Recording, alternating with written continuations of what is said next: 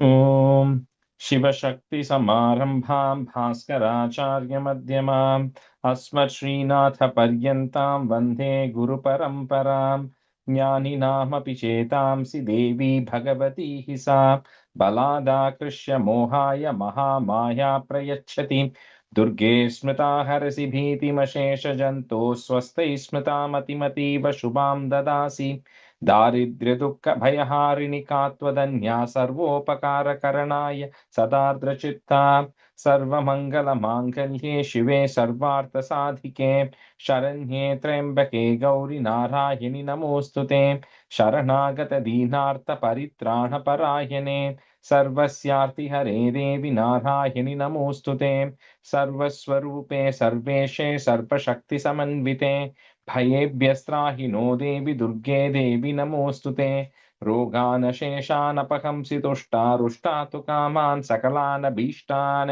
त्वामाश्रितानां न विपन्नराणां त्वामाश्रिताह्याश्रयतां प्रयान्ति सर्वाबाधा प्रशमनं त्रैलोक्यस्याखिलेश्वरी एवमेव त्वया कार्यमस्मद्वैरि विनाशनम् ॐ Okay, so we'll do a quick review of 11. I think we had about 28 stanzas there. Madhu, you can do one half, and Midlaji, you can do the other half. ॐ ऋषिरुवाच देव्याः ते तत्र महासुरेन्द्रे सेन्द्रासुरा वह्नि पुरोगमास्ताम् कात्यायनीं तुष्टुवरिष्टलाभाद् विकाशि वक्त्राब्ज विकाशिताशाः देवि प्रपन्नार्तिहरे प्रसीद प्रसीद मातर्जगतोऽखिलस्य प्रसीद विश्वेश्वरि पाहि विश्वं त्वमीश्वरी देवि चराचरस्य आधारभूता जगतस्त्वमेका महीस्वरूपेण यतस्थितासि अपां स्वरूपस्थितया त्वयैतत् आप्यायते कृत्स्नमलङ्घ्य वीर्ये त्वं वैष्णवी शक्तिरनन्तवीर्या विश्वस्य बीजं परमासि माया sorry सम्मोहितं देवि समस्तम्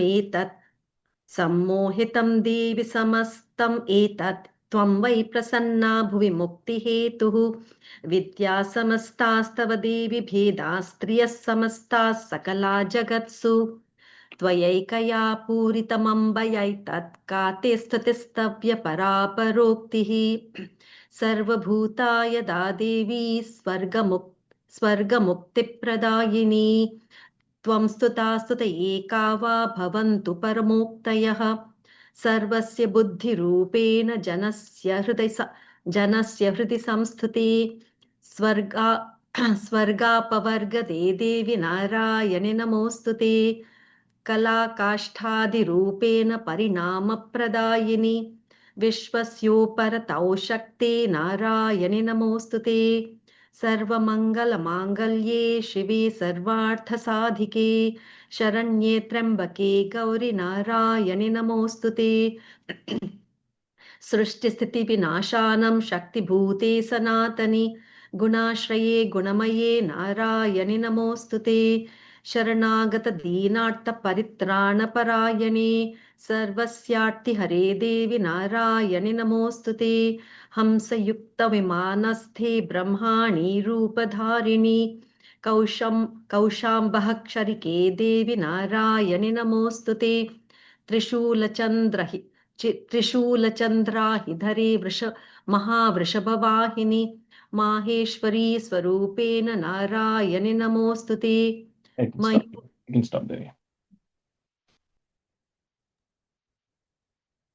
मयूर कुक्कुडवृदे महाशक्ति थरे नखे excuse me कौमारी रूप संस्थाने नारायणि नमोस्तुते शंख चक्र गदा शांख गृहीत परमायुधे प्रसीद वैष्णवी रूपे नारायणि नमोस्तुते गृहीतग्र महाचक्रे दंष्ट्रोद्धृत वसुंदरे वराहरूपिणी शिवे नारायणि नमोस्तुते That first word, first line, just the first word, Grihitogra, O sound. Grihitogra Mahachakre.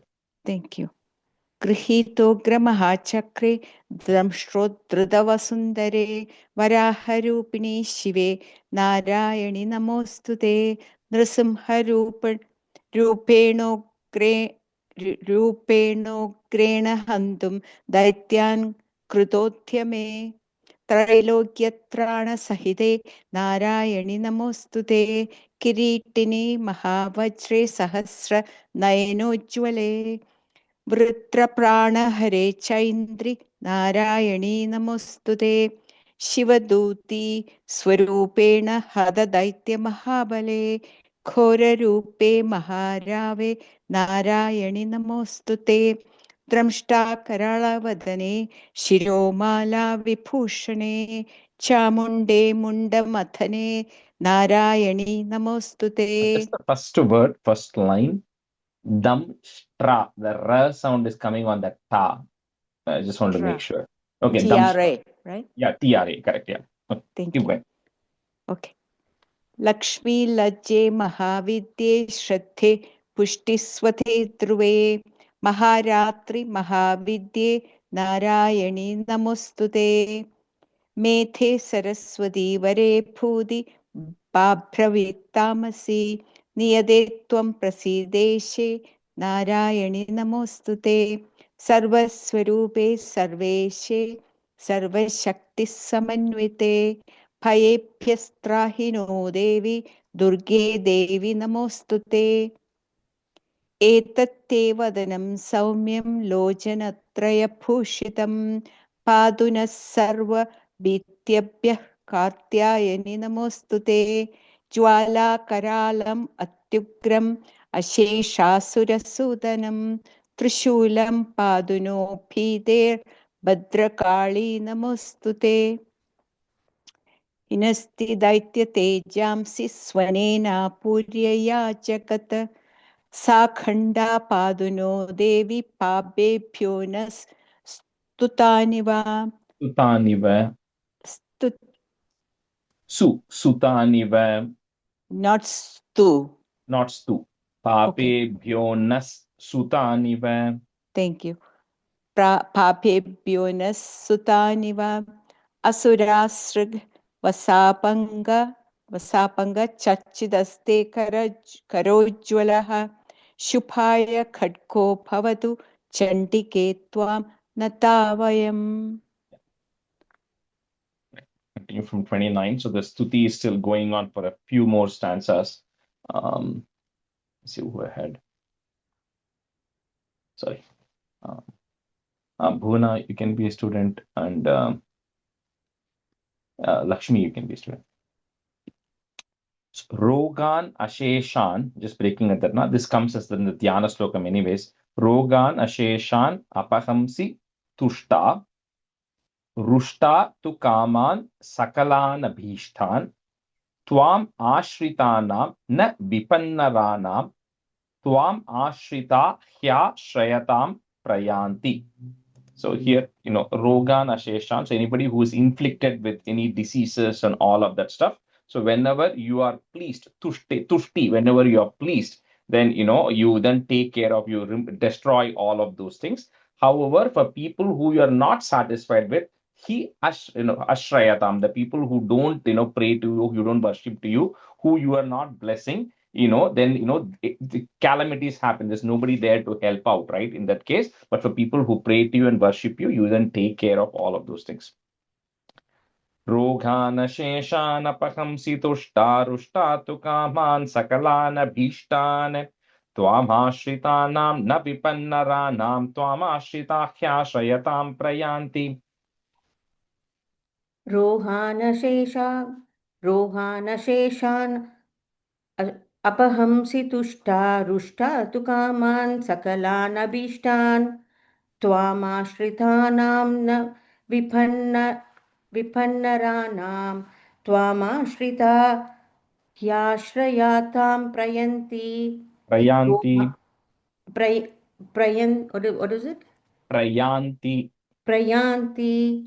Rohanasheshan अपहंसि तुष्टा रुष्टा तु कामान् सकलानभीष्टान् तामाश्रितानां न विपन्नराणां त्वामाश्रिता ह्याश्रयातां प्रयान्ति.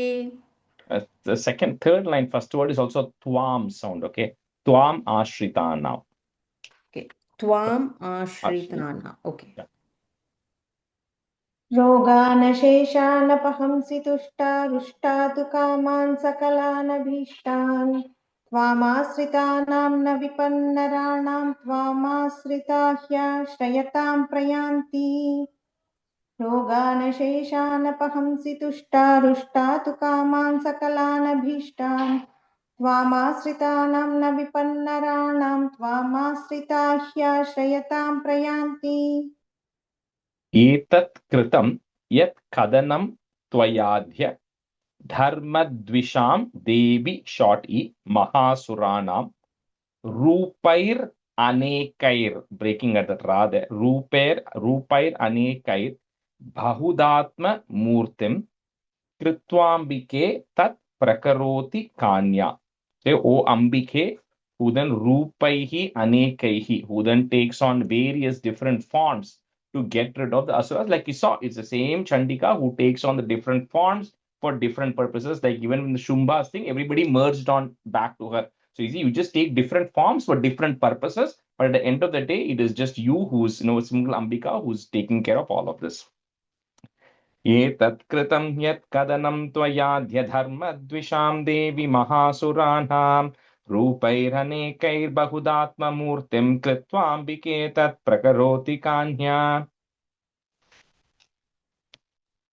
एतत् कृतं यत् कदनं त्वयाद्य धर्मद्विषां देवि महासुराणां रूपैरनेकैर्बहुदात्ममूर्तिं कृत्वाम्बिके तत् प्रकरोति कान्या.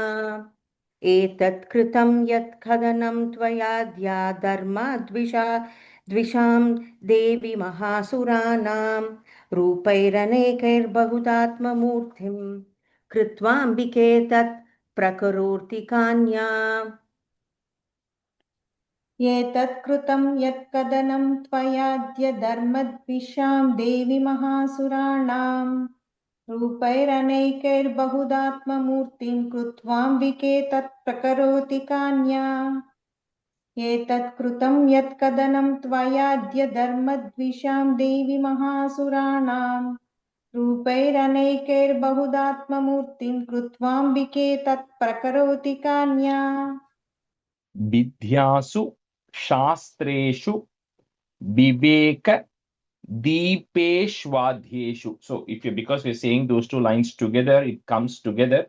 If you are not able to say those lines together, then it's viveka deepeshu and then adhyeshu vakyeshu. It kind of, the shu and as will split there. But if you're saying it together, then you can just say it continuously. Okay. Viveka deepeshwadhyeshu vakyeshu chakatwadanya mamatva garteti Mahandhakare Vibhramayatye Tadativa. That's one long word, cannot break it.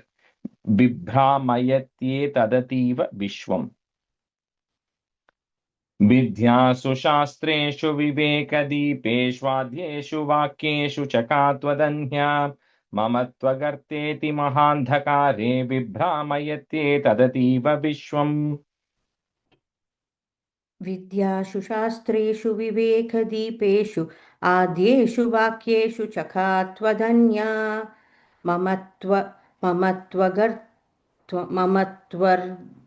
ममत्वर्गते तिमा. How does that one? Mamatva, you're adding an extra ir there. It's Mamatva Garteti. Okay. ममत्वगर्तेति महान्धकारे विभ्रामयेत्ये. I'm sorry, विभ्रामयत्येत तदतीव Viswam. Vishwam, correct, yeah. And the first line, Deepeshu, what you said is correct, but everybody says it together, okay? So just in case, when you're in a group, they will not break it as shu and a. Okay, it's normally said continuously. Okay. विद्यासु शास्त्रेषु विवेकदीपेद्यादेषु वाक्येषु चका त्वदन्या मम त्वगर्तेति महान्धकारे विभ्रामयत्ये तदतीव विश्वम्. Again, the first line joining, or second go on the Viveka Deepeshwadhyeshu. Okay. Viveka Deepe Swadhyeshu. I'll get. Yeah. विद्यासु शास्त्रेषु विवेकदीपेष्वाद्येषु वाक्येषु चकात्पदन्या मम त्वगर्तेति महान्धकारे विभ्रामयत्येतदतीव विश्वम् विद्यासु शास्त्रेषु विवेकदीपेष्वाद्येषु वाक्येषु चकात्पदन्या मम त्वगर्तेति महान्धकारे विभ्रामयत्यते तदतीव विश्वम् Rakshamsi yatrogra Bishascha Naga Yatrarayo Dasyubalani Yatra Davanalo Yatra Tadabdhi Madhye Tatra Stita Tvam Paripasi Vishwam.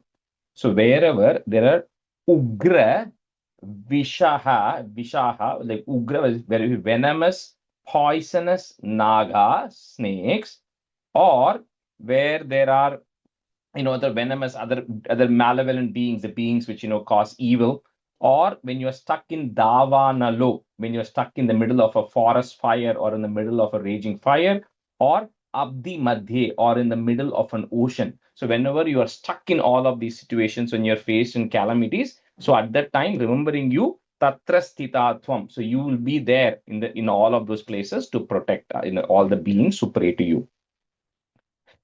Rakshamsi yatroghravishaश्च नाघा यत्रारयोदस्युबलानि यत्र दावानलो यत्र तताब्धिमध्ये तत्र स्थिता त्वं परिपासि विश्वम्.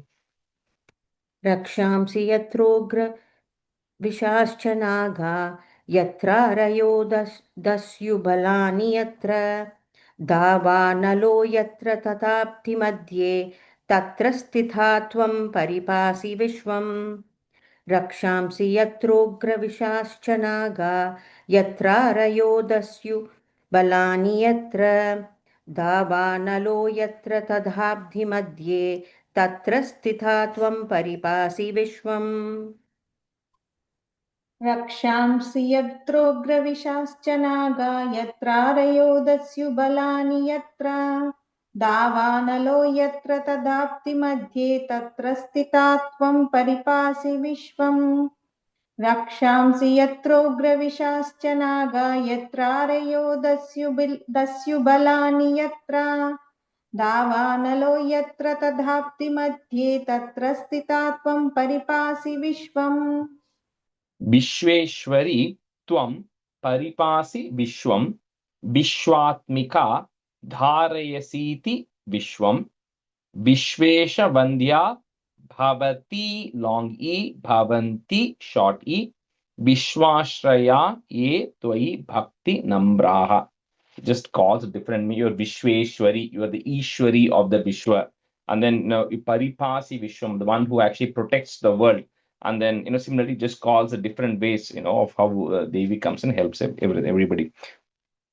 Vishweshwaritvam paripasi vishwam vishwatmika dharayasiti vishwam vishveshavandya bhavati bhavanti vishwashayaye tvai bhakti namraha. विश्वेश्वरी त्वं परिभासि विश्वं विश्वात्मिका धारयसीति विश्वं विश्वेशवन्द्या भवन्ति विश्वाश्रयाये त्वयि नम्राः विश्वेश्वरि त्वं परिभासि विश्वं विश्वात्मिका धारयसीति विश्वं विश्वेशवन्द्या भवन्ति विश्वश्रयाये त्वयि भक्तिनम्राः. That last line, first word, Vishwashraya. विश्वाश्रयाये त्वयि भक्तिनम्रा विश्वेश्वरि त्वं परिपासि विश्वं विश्वात्मिका धारयसीति विश्वं विश्वेशवन्ध्या भवती भवन्ति विश्वाश्रये त्वयि भक्तिनम्राः Last line, Lakshmi. Vishwashrayate ye. विश्वाश्रयात् विश्वेश्वरि त्वं परिपासि विश्वं विश्वात्मिका धारयसीति विश्वं विश्वेशवन्ध्या भवती भवन्ति विश्वाश्रया ये त्वयि भक्तिनम्राः Devi prasida paripalaya nori bhiter. There's a ir in the next line that comes to the first line, and bhiter nityam yathasura badhadhadunaiva sadyah papani sarva jagatam prashamam nayashu utpata paka janitamsha mahopa sarghan. Wrapping this stuti up, saying that this way, even though this way you destroyed all the enemies and the asuras who are always there, continue to bless us, continue to protect us from any fear of any enemies who are actually there, or any disasters. It's very similar to the Devi Kavacham, right? So protect me from any other disasters or any other evil things that might happen. देवि प्रसीद परिपालय नोरिभीतेर्नित्यं यथासुरवधाधदुनैव सद्यः पापानि सर्वजगतां प्रशमं न याशु उत्पातपाकजनितांश्च महोपसर्गान् देवि प्रसीद परिपालय घ्नोरिभीतैर्नित्यं यथासुरवधा धतुनैव सद्यः पापानि सर्वजगतां प्रशमं नयाशु पातु न भीतिभ्यः कात्यायिनी नमोऽस्तु No. Sorry. I think you went somewhere else. Utpatapakajanitamscha. Okay. Oh, sorry. Yeah. उत्पातपाकजनितांश्च महोपसर्गान् देवि प्रसीद परिपालय नित्यं यथासुरवधा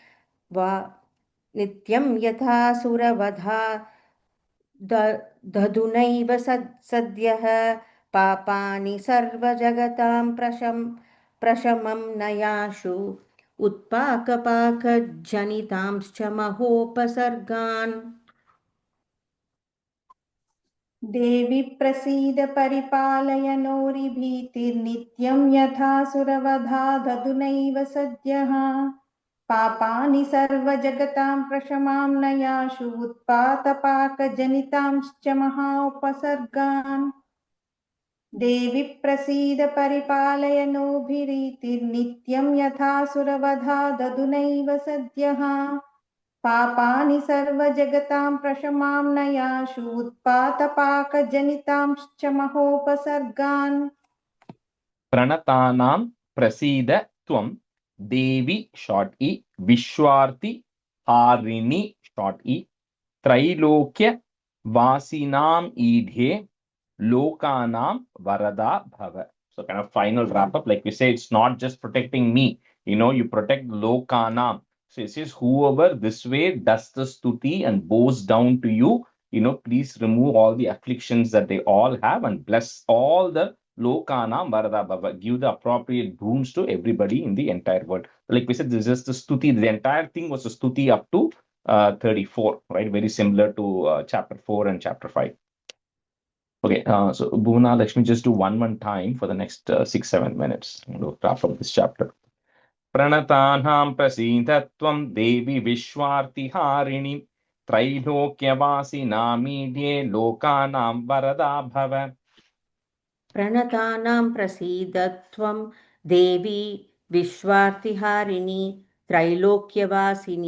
त्रैलोक्यवासिनामीड्ये लोकानां वरदा भव. The first line, Devi, short E, okay? Prasidatvam Devi Vishwarti. Okay. प्रसीदत्वं देवी विश्वार्तिहारिणी त्रैलोक्यवासिनामीड्ये लोकानां वरदा भव या प्रणतानां प्रसीद त्वं देवि विश्वार्तिहारिणी त्रैलोक्यवासिनामीड्ये लोकानां वरदा भव देव्युवाच वरदाहं सुरगणा वरं यन्मनसेच्छत तं वृणुध्वं प्रयच्छामि jagatam upakarakam. So when after the stuti, so Devi is saying, I am a varadaham. I'm always a giver of vara. I'm always a giver of this boon, and I will. So he says, what since you all have done this great stuti, ask us what, like every time, even the last time in fourth, she said, what do you want? I'm pleased with the stuti you did. What boon do you want? So he says, ask what boon do you want, which is for the benefit of the entire world. देव्युवाच वरदाहं सुरगणां वरं यन्मनसेच्छत तं वृणध्वं प्रयच्छामि जगताम् उपकारकम्. देवी उवाच वरदाहं सुरगणा वरं यन्मनसेच्छत तं वृणुध्वं प्रयच्छामि जगतामुपकारकम् देव्युवाच वरदाहं सुरगणा वरं यन्मनसेच्छता तं वृणध्वं प्रयच्छामि जगतामुपकारकम् देवा ऊचुः सर्वा बाधा प्रशमनं त्रैलोक्यस्याखिलेश्वरी. So Trilokyasya Akhila Ishwari. 3 different words, we cannot break it. Trilokyasya Akhileshwari. Evameva Tvaya Karyam, break at that ma. Asmat Vairi Vinashanam. So the stuti the devas, the request the devas are doing is Sarva Bhada Prashamanam. So all the miseries that everybody has of the entire 3 worlds and all the enemies they have, whoever is doing the stuti to you, please eradicate all their miseries and eradicate all the enemies.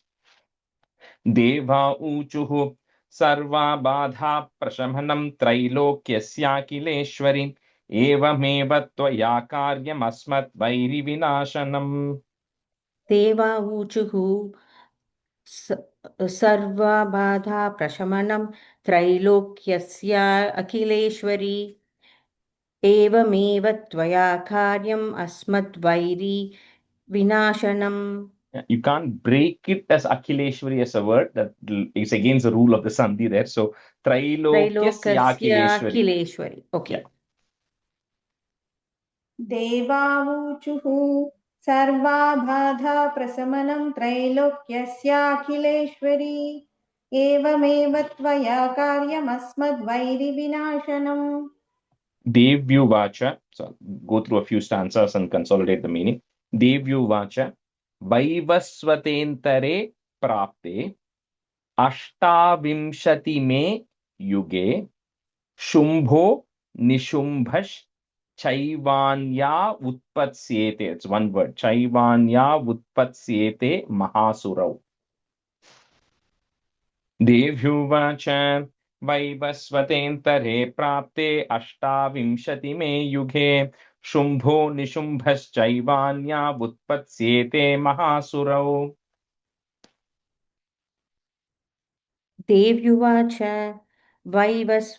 वैवस्वतेन्द्रे प्राप्ते अष्टाविंशति मे युगे शुम्भो निशुम्भश्चैवान्या वृत्पत्स्येते महासुरौ.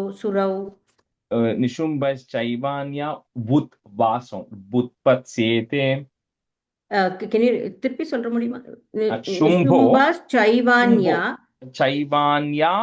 वुत्पत्स्येते. उत्पत्त्येते. Yeah, B sound. Vutpatsyete. You cannot break it that way, but I'm just saying the sound. So Chaivanya Vutpatsyete. उत्पत्त्येते. Okay. இங்க கொஞ்சம் டிஃபரெண்டா இருக்கு. Okay. Yeah.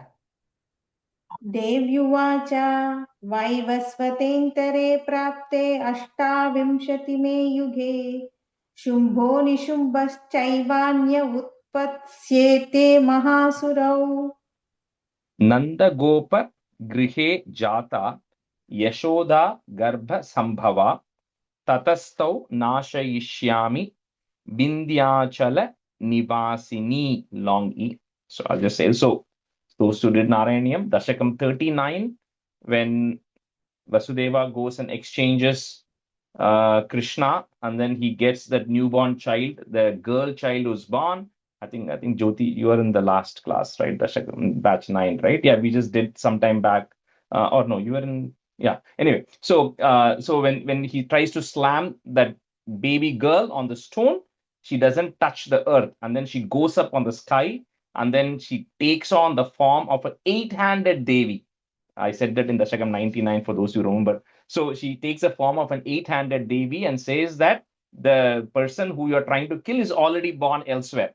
That you are just a fool trying to get rid of me. You cannot get hold of me. And then she disappears. And then Bhadrapada says she goes on into the temple. So here, that's what Devi is telling is, I am going to take several more incarnations. And she's going to talk about several more. Remember, this is happening during the time of the second Manu. The first chapter of Devi Mahatmyam, which is the second Savarni Suryatanyo, second Manu's time, this story is being narrated. So at that time in the story, she's saying, Vaivasvate Antare Prapte. During the time of the seventh Manu, which is the Vaivasvata Manu, which is the current one, in that Vaivasvata Manu, in the 28th of the Yuga, that is Chatur Yuga, that is going on, at that time, I am going to be born again. I'm going to be incarnating again. And in that incarnation, I'm going to go to Nandagopa Grihe Jata. I'm going to go to the house of Nandagopa and I'm going to enter into the Garbha of Yashoda. And then I'm going to be born. And then I'm going to go and reside in Vindhyachala Nivasini. I'm going to go reside in the Vindhyachala mountains. And she's going to talk about several more incarnations of Devi that is going to happen in this Vaivasvata Manvantare. So that is one of them. He says Shumbha, Nishumbha are going to again be born as some other demons who are going to cause some other havoc. So to get rid of them, I'm going to be incarnating again in here. So, Nandagopagrihe jata Yashoda Garbhasambhava Tatastau Nashayishyami Vindhyachala Nivasini.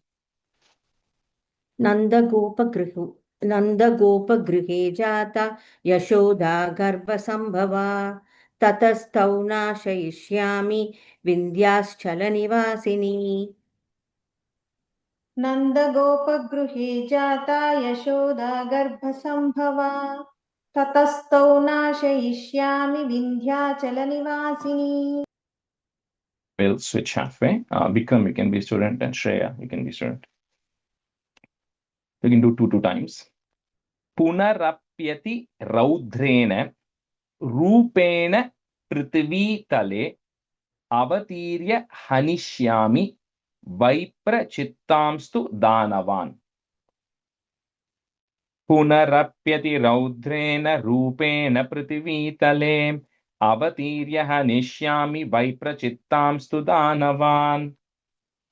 पुनरप्यति रौद्रेण रूपेण पृथिवीतले अवतीर्य हनिष्यामि वैप्रचित्तांस्तु दानवान् पुनरप्यति रौद्रेण रूपेण पृथिवीतले अवतीर्य हनिष्यामि वैप्रचित्तांस्तु दानवान्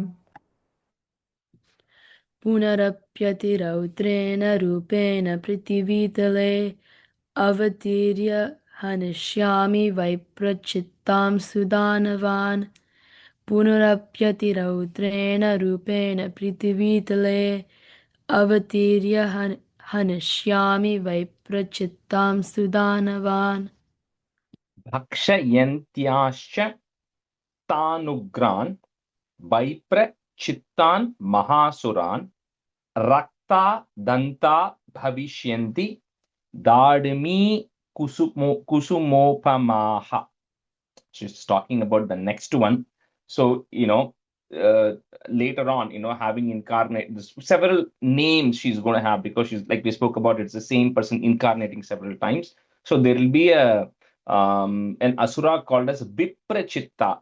So his name is Viprachittamstu Danavan, a demon named Viprachitta. That's why it's Viprachittamstu. So at that time, from when that demon I will slay, and then when I slay the demon, my teeth are going to become red like pomegranates. Because of the blood, its teeth is going to become red, my teeth. So that's why then people are going to call me as Rakta Danta, the one who has got red teeth.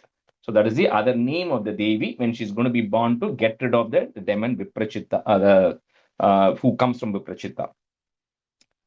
भक्षयन्त्याश्च तानुग्रान् वैप्रचित्तान् महासुरान् रक्तादन्ता भविष्यन्ति दाडिमीकुसुमोपमाः भक्षयन्त्याश्च तानुग्रान् वैप्रचित्तान् महासुरान् रक्तादन्ता भविष्यन्ति दाडिमी कुसुमोपमाम् कुसुमोपमाः पमाः भक्षयन्ताश्च तानुग्रान् वैप्रचित्तान् महासुरान् रक्तादन्ता भविष्यन्ति ताडिमी कुसुमोपमाः भक्ष्यन्त्याश्च तनुग्रान् वैप्रचित्तान् महासुरान् रक्तादन्ता भविष्यन्ति दादमी कुसुमोपमाः First word भक्षयन्त्याश्च भक्षयन्त्याश्च तानुग्रान् वैप्रचित्तान् महासुरान् रक्तादन्ता भविष्यन्ति दादिमी कुसुमोपमाः ततो मां देवताः put इस देवता स्वर्गे मर्त्यलोके च मानवाः स्तुवन्तो व्याहरिष्यन्ति सततं raktadantikaam. So with that, when that happens, the people in this world and the gods will then call me Raktadantika because her teeth will be red like pomegranate. ततो मां देवता स्वर्गे मर्त्यलोके च मानवाः स्तुवन्तो व्याहरिष्यन्ति सततं रक्तदन्तिकाम् ततो मां देवता स्वर्गे मर्त्यलोके च मानवाः स्तुवन्तो व्याहरिष्यन्ति सततं रक्तदन्तिकाम् ततो मां देवता स्वर्गे मर्त्यलोके च मानवाः स्तुवन्तो व्याहरिष्यन्ति सततं रक्तदन्तिकाम् ततो मां देवता स्वर्गे मर्त्यलोके च मानवाः स्तुवन्तो व्याहरिष्यन्ति सततं रक्तदन्तिकाम् ततो मां देवता स्वर्गे मर्त्यलोके च मानवाः स्तुवन्तो व्याहरिष्यन्ति सततं रक्तदन्तिकाम् भूयश्च शत varshikyam, breaking at that ma varshikyam. Next word starts with the a. Anavrishyam anambhasi. Again, you can break at that ma also. Anavrishyam anambhasi. Munibhihi, put a is munibhis samsmrita bhumau sambhavishyamya yonija. It's one word, you cannot break that word. So sambhavish is ayonija there, that's why. So sambhavishyamya yonija. भूयश्च शतवार्षिक्याम् अनावृष्ट्यामनम्भसि मुनिभिः संस्मृता भूमौ सम्भविष्याम्ययोनिजा भूयश्च शतवार्षिक्यामनावृष्ट्यामनम्भसि मुनिभिः संस्मृता भूमौ सम्भविष्यामयो योनिजाम् सम्भविष्याम्ययोनिजा सम्भविष्याम्ययोनिजाम् भूयश्च शतवर्षाख्याम् अनावृष्ट्यामनम्भसि मुनिभिः संस्मृता भूमौ सम्भविष्याम्ययोनिजाम् Examine the first line shatavarshikyam. I think something you said different the second time there. Okay. இன்னொரு repeat பண்ணட்டுமா? Yeah. भूयश्च शतवार्षिक्याम् अनावृष्ट्यामनम्भसि मुनिभिः संस्मृता भूमौ सम्भविष्याम्ययोनिजाम् भूयश्च शतवार्षिक्याम् अनावृष्ट्यामनम्भसि मुनिभिः संस्मृता भूमौ सम्भविष्याम्ययोनिजा भूयश्च शतवार्षिक्याम् अनावृष्ट्याम् अनम्भसि मुनिभिः संस्मृता भूमौ सम्भविष्याम्ययो निजा. ततः पुट इष् ततः शतेन नेत्राणां निरीक्षिष्यामि यन्मुनीन् कीर्तयिष्यन्ति मनुजाः पुट इष् मनुजाश् शताक्षीम् इति मां ततः. So anytime you hear these words, you can now refer to why it is. It says at some point in the future, I'm saying the meaning of 46 and 47. At some point in the future, there will be like no rain which falls for almost like 100 years. There'll be absolute drought which will be there on earth. At that time, then the sages will again worship me, and then I'll be born, incarnate again. And it says Ayonija, which means I'm not going to be born through the womb of anybody. I'm going to appear on earth. And with that time, and then I'll go bless the people, bless the sages, and then I will show to the sages with 100 eyes. So Shata Akshi, 100 eyes. So because I'm going to appear in front of them with 100 eyes, I'm going to be called as the Shatakshi. So the one who has got 100 eyes. ततः शतेन नेत्राणां निरीक्षिष्यामि यन्मुनीन् कीर्तयिष्यन्ति मनुजाः शताक्षीमिति मां ततः. ततः शतेन नेत्राणां निरीक्षिष्यामि यन्मुनीन् कीर्तयिष्यन्ति मनुजाः शताक्षीमिति मां ततः. ततः शतेन नेत्राणां निरीक्षिष्यामि यन्मुनीं कीर्तयिष्यन्ति मनुजाः शताक्षीमिति मां ततः. ततः शतेन नेत्राणां निरीक्षिष्यामि यन्मुनीन् कीर्तयिष्यन्ति मनुजाः शताक्षीम् इति मां ततः. ततः शतेन नेत्राणां निरीक्षिष्यामि यन्मुनीं कीर्तयिष्यन्ति मनुजाः शताक्षीमिति मां ततः.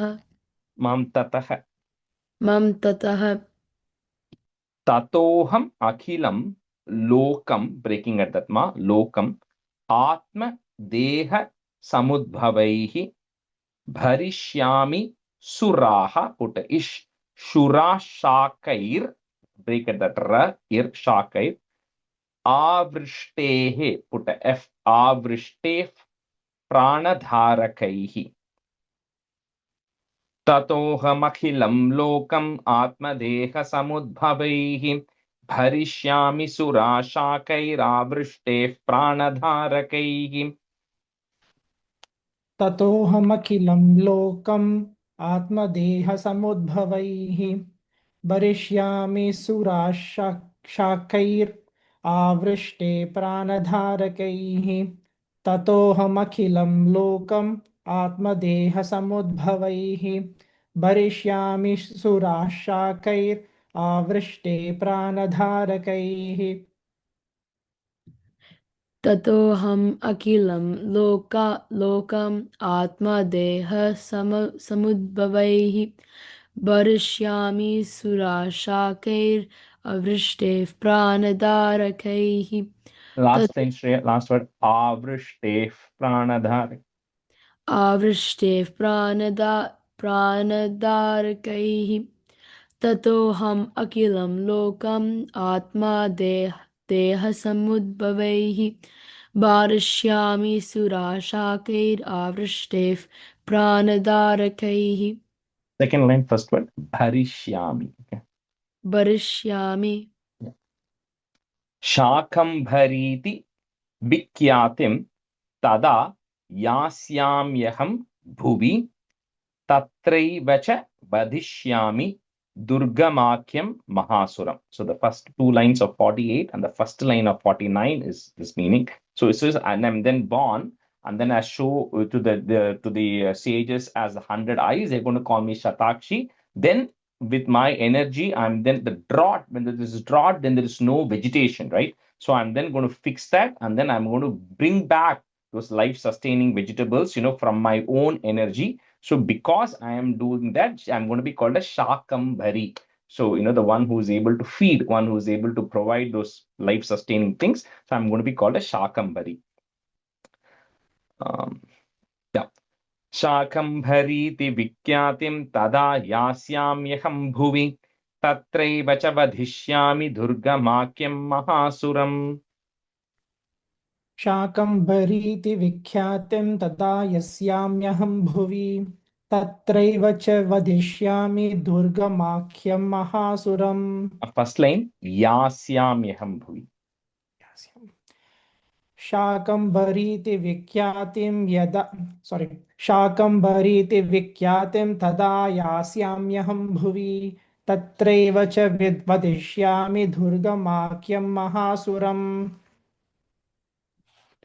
शाकम्भरीति विख्यातिं तदा यस्याम्यहं भुवि तत्रैव च विदिष्यामि दुर्गम् आख्यं महाशुरम्। So second line वधिष्यामि वदिष्यामि दुर्गम् आख्यं महासुरम्।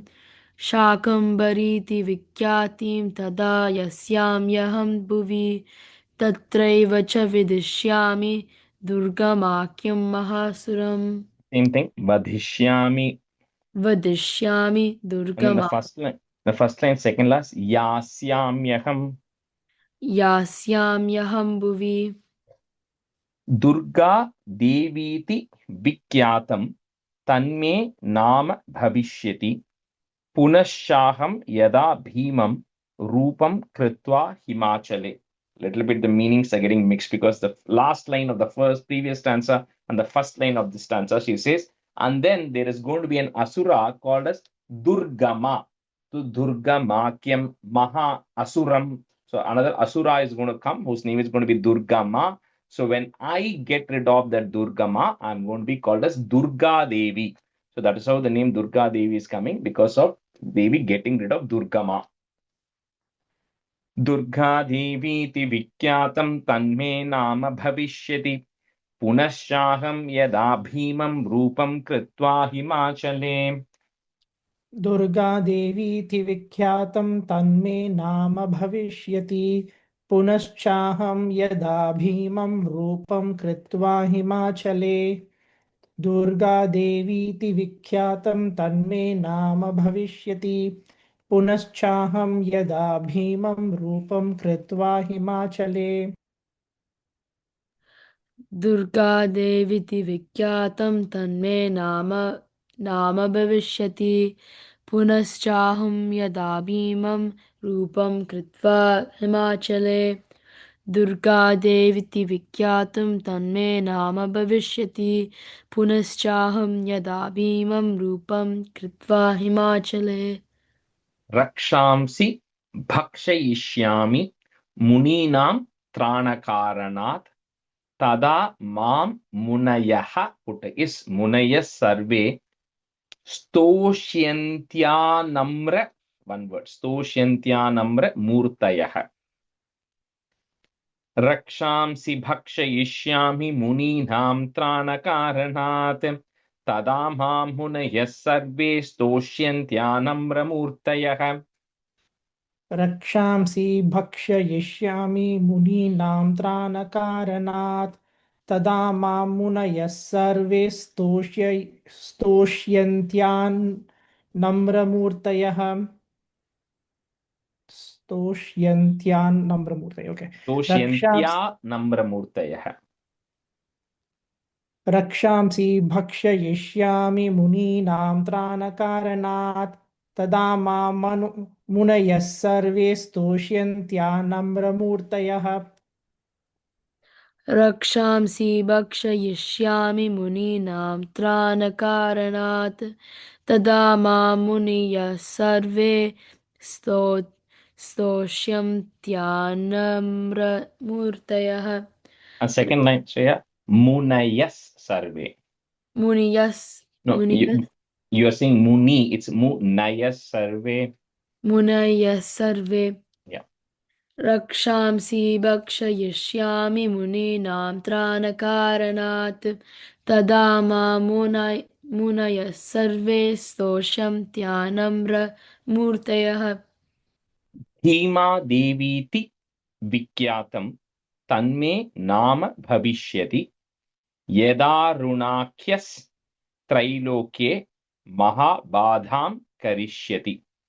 So later on, Himachale, in the Himalayas, when the sages worship me, because there again some other help is needed, I'll then take a very bhimam form. Bhimam rupam means I'll take a form which is very ghoram, which is a very terrible form. I'm going to take to get rid of them. So then they are going to then worship me as Bhima Devi, means the one who's got a terrible form, right? So that is the other name of Bhima Devi, another name where I'm going to again incarnate to protect the sages.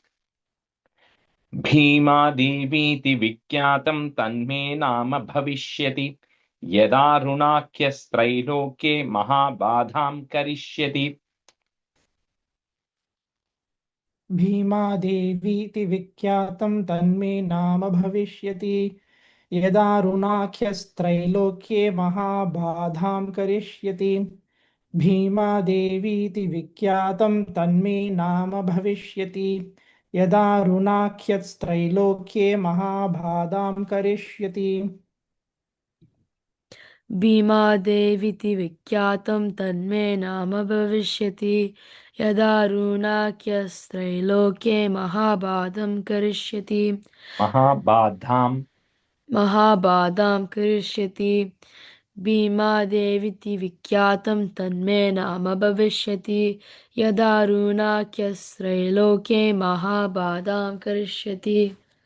तदाहं भ्रामरं रूपं कृत्वा संख्ये यशत्पदं त्रैलोक्यस्य हितार्थाय वधिष्यामि महासुरम्. तदाहं भ्रामरं रूपं कृत्वा संख्ये यशत्पदं त्रैलोक्यस्य हितार्थाय वधिष्यामि महासुरम्. तदाहं भ्रामरं रूपं कृत्वा संख्ये यशत्पदं त्रैलोक्यस्य हितार्थाय वदिष्यामि महासुरं तदाहं भ्रामरं रूपं कृत्वा संख्ये यशत्पदं त्रैलोक्यस्य हितार्थाय वदिष्यामि महासुरम्